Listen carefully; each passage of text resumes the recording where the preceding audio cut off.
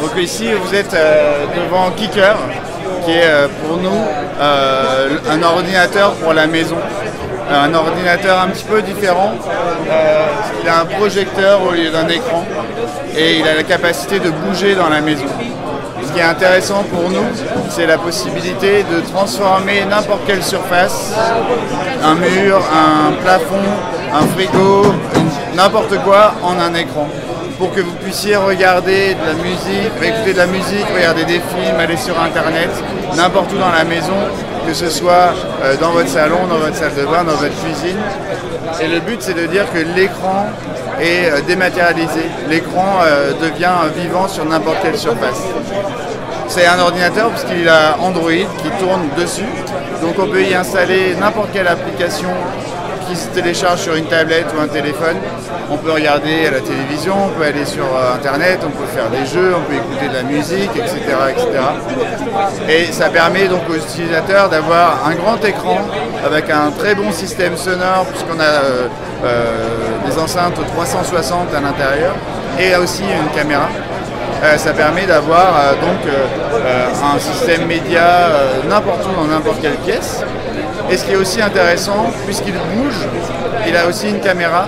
Donc on peut faire des appels de vidéoconférence, on peut parler tout ensemble autour de l'objet, avoir toute la famille pendant qu'on parle à quelqu'un d'autre qui voit toute la famille en même temps, en une seule fois, pas juste écrasé derrière une petite caméra d'ordinateur.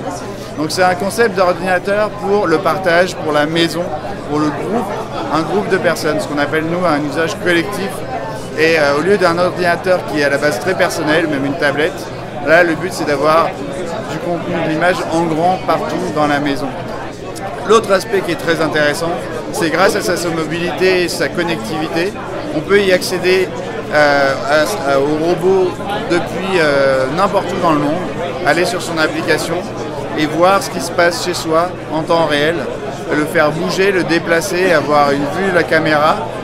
On peut même du coup se télétransporter dans sa maison en capturant son image et en l'envoyant chez soi avec la projection et parler avec les gens qui sont chez soi, discuter, etc.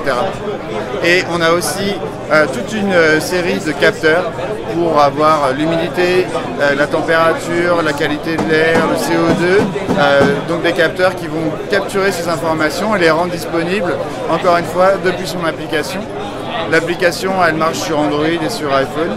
C'est une application qui est capable donc avec laquelle on va contrôler l'appareil, qu'on soit chez soi ou qu'on soit à l'extérieur.